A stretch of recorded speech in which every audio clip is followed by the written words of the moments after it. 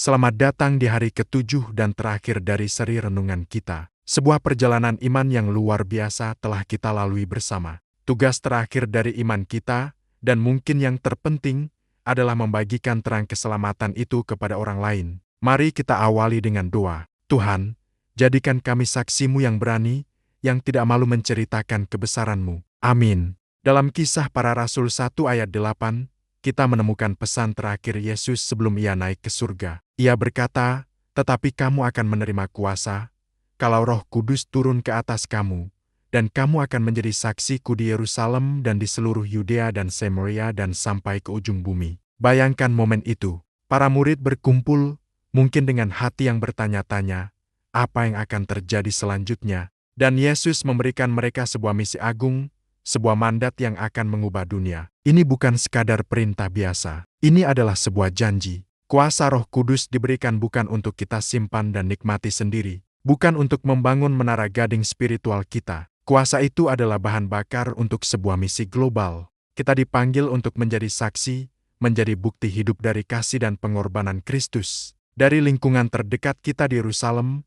hingga ke tempat-tempat yang paling jauh di ujung bumi. Lalu, bagaimana kita menerapkan ini dalam kehidupan kita yang sibuk? Seringkali kita berpikir menjadi saksi itu harus berkhotbah di depan ribuan orang atau pergi ke pedalaman Afrika. Tapi Yesus memulainya dari hal yang sederhana. Ia berkata, "Mulailah dari Yerusalem, tempat di mana kamu berada sekarang." Jadi, tantangannya hari ini sangat praktis.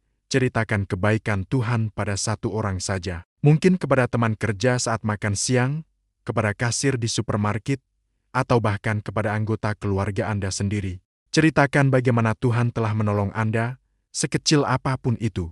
Pernahkah Anda menyadari bahwa bagi banyak orang, cara hidup kitalah satu-satunya Alkitab yang pernah mereka baca? Mereka mungkin tidak akan pernah membuka Alkitab fisik, tetapi mereka mengamati kita.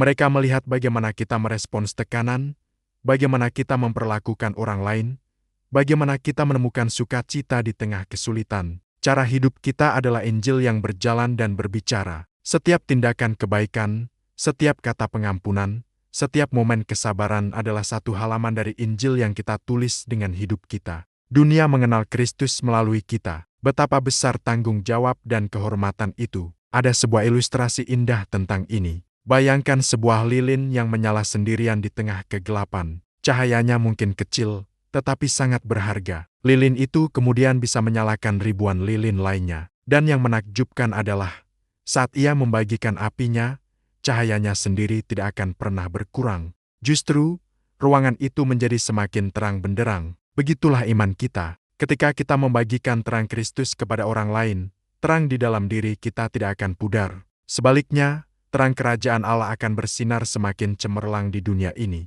Sebagai kesimpulan dari perjalanan 7 hari kita, ingatlah ini, iman yang benar-benar menyelamatkan adalah iman yang tidak bisa diam. Ia harus dibagikan. Ia meluap dari hati yang penuh syukur dan mengalir menjadi berkat bagi sesama. Mari kita tutup dalam doa. Tuhan, terima kasih untuk perjalanan iman ini. Terima kasih untuk keselamatan yang Engkau anugerahkan. Kiranya Engkau memberkati setiap langkah kami saat kami berusaha menjadi terang bagi sesama. Jadikan hidup kami sebuah kesaksian yang indah bagi kemuliaan nama-Mu. Amin. Ingatlah kutipan ini saat Anda melangkah hari ini.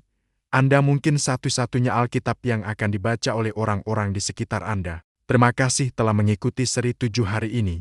Jika Anda merasa diberkati, jangan lupa untuk menekan tombol like, bagikan video ini agar lebih banyak orang diberkati, dan subscribe channel ini untuk konten-konten inspiratif lainnya. Sampai jumpa lagi. Tuhan memberkati.